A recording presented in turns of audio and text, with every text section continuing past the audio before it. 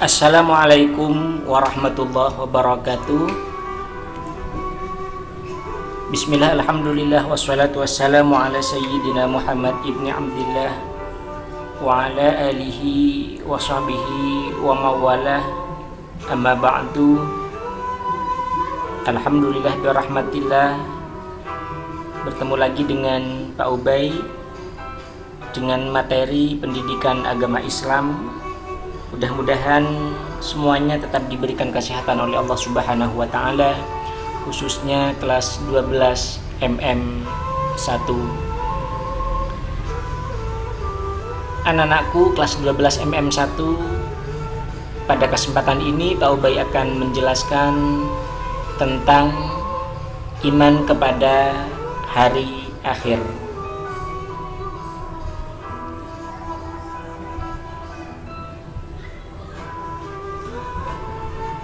Anak-anakku yang dirahmati Allah Subhanahu wa taala, untuk iman kepada hari akhir ini standar kompetensinya adalah meningkatkan keimanan kepada hari akhir, dan KD-nya adalah menampilkan perilaku yang mencerminkan keimanan terhadap hari akhir dan juga menerapkan hikmah beriman kepada hari akhir.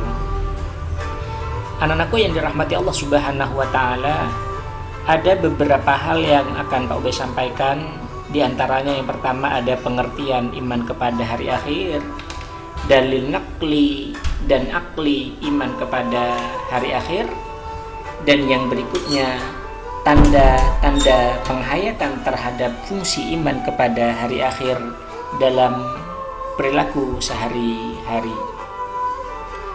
Anak-anakku yang dirahmati Allah, sebelum membahas lebih jauh tentang iman kepada hari akhir, inilah beberapa dalil Al-Quran yang menjadi acuan dan menjadi dalil kepada kita bahwasanya hari akhir itu sesuatu yang pasti ada dan tidak mungkin diragukan lagi keberadaan dan datangnya hari akhir itu.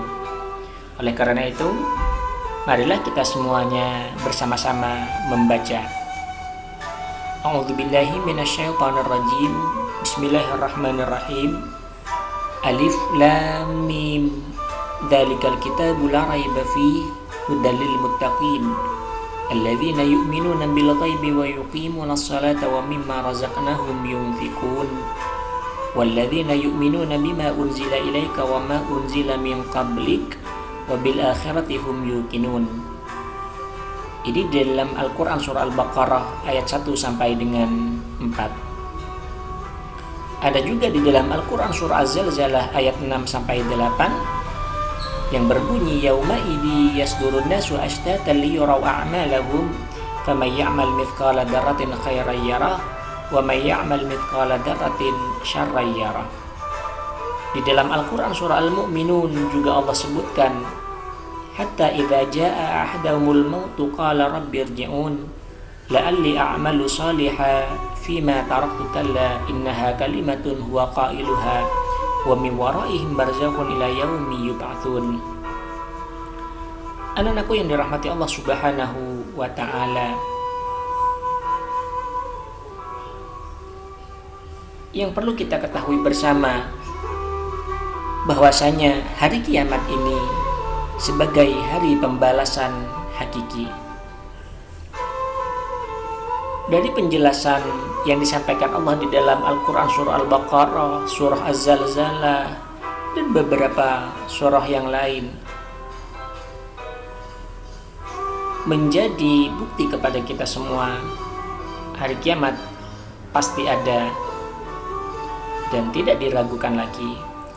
Lalu kemudian beriman kepada hari akhir ini merupakan ciri orang yang bertakwa seperti yang Allah sampaikan di dalam Al-Quran, walladzina yu'minuna bima unzila ilaika wa ma unzila min qablik wa bil akhirati hum yuqinun. Dan mereka yang beriman kepada kitab Al-Quran yang telah diturunkan kepadamu dan kitab-kitab yang telah diturunkan sebelum kamu, serta mereka yakin akan adanya kehidupan akhirat. Jadi hari kiamat itu adalah hari pembalasan yang hakiki, pembalasan terhadap apa yang kita lakukan di dunia nanti akan dibalas ketika di hari kiamat itu. Anak-anakku yang dirahmati Allah Subhanahu wa ta'ala. Lalu kemudian ada definisi dari hari kiamat.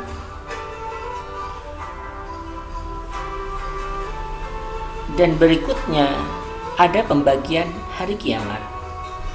Hari kiamat menurut Al-Quran itu ada dua. Yang pertama ada kiamat sugro. Apa kiamat sugro itu? Kiamat sugro adalah kiamat kecil, kerusakan yang kecil, yang tidak besar, tidak sampai menghancurkan alam semesta ini. Seperti apa contohnya? Contohnya seperti kematian. Yang mana kematian ini adalah sesuatu yang pasti datangnya. Seperti Allah sampaikan di dalam Al-Quran surah Al-Ankabut ayat 57. Bismillahirrahmanirrahim. Kullu nafsin dha'iqatul maut, summa ilaina turja'un. Tiap-tiap yang berjiwa akan merasakan mati, kemudian hanyalah kepada kami kamu dikembalikan. Jadi kematian itu pasti ada.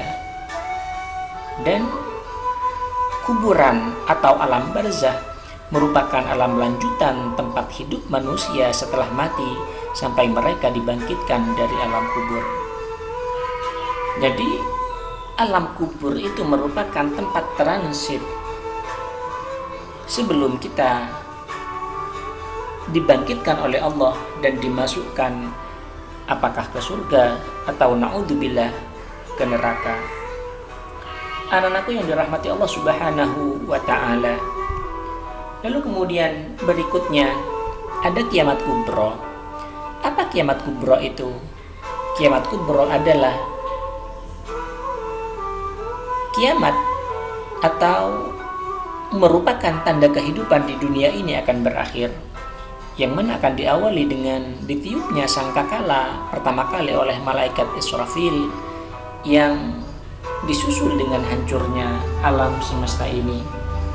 Hal ini disampaikan oleh Allah di dalam Al-Quran surah Al-Haqqah ayat 13 sampai dengan 16. فَإِذَا نُفِخَ فِي الصُّورِ نَفْخَةٌ وَاحِدَةٌ وَحُمِلَتِ الْأَرْضُ وَالْجِبَالُ فَدُكَّتَا دَكَّةً وَاحِدَةً فَيَوْمَئِذٍ وَقَعَتِ الْوَاقِعَةُ وَانشَقَّتِ السَّمَاءُ فَهِيَ يَوْمَئِذٍ وَاهِيَةٌ. Maka apabila sangkakala ditiup sekali tiupan, kata Allah di dalam Al-Quran, dan diangkatlah bumi dan gunung-gunung lalu dibenturkan keduanya sekali bentur, maka pada hari itu terjadilah hari kiamat dan terbelahlah langit, karena pada hari itu langit menjadi lemah. Inilah yang kemudian disebut dengan kiamat kubro, yang meluluh lantahkan alam semesta ini. Bahkan di dalam Al-Quran surah Az-Zalzalah Allah sebutkan manusia seperti kapas yang berterbangan, manusia seperti anai-anai yang berterbangan. Mengapa demikian? Karena laut bagian barat memuntahkan semua airnya ke daratan, sehingga terjadi bencana yang luar biasa besarnya, yang di luar pemikiran umat manusia. Anak-anakku yang dirahmati Allah Subhanahu wa ta'ala, inilah beberapa fase dari proses manusia dari alam dunia sampai masuk ke surga atau na'udzubillah masuk neraka. Mulai dari tiupan sangkakala oleh malaikat Israfil, yang mana alam semesta ini akan menjadi hancur. Lalu kemudian sangkakala ditiupkan keduanya, Allah membangkitkan manusia dari alam kubur yang tidak satupun ada yang tersisa. Lalu kemudian fase berikutnya manusia itu dikumpulkan oleh Allah di padang mahsyar dan dihisab amalnya, diaudit perbuatannya. Lalu kemudian disitulah nanti akan ditentukan apakah manusia itu masuk surga atau masuk neraka. Yang mana di dalam hadis riwayat Imam Tirmidzi, disebutkan bahwasanya pada hari kiamat tidak seorang pun akan luput dari 4 pertanyaan, yaitu tentang umurnya, untuk apa umur itu dipergunakan. Yang kedua, tentang ilmunya, untuk apa ilmu itu dilakukan dengan sebegitu banyaknya. Yang ketiga, tentang hartanya, dari mana didapatkan dan untuk apa dibelanjakan. Tentang tubuh atau tentang tenaga serta kekuatan, untuk apa dipakainya. Mudah-mudahan kita semua bisa memfungsikan titipan Allah ini dengan sebaik-baiknya, sehingga kita bisa menjawab dan bisa mempertanggungjawabkan dengan baik di hadapan Allah Subhanahu wa Ta'ala. Mungkin ini saja yang dapat Pak Ubay sampaikan pada kesempatan ini. Mudah-mudahan semuanya anak-anakku kelas 12 senantiasa diberikan kesehatan oleh Allah Subhanahu wa Ta'ala.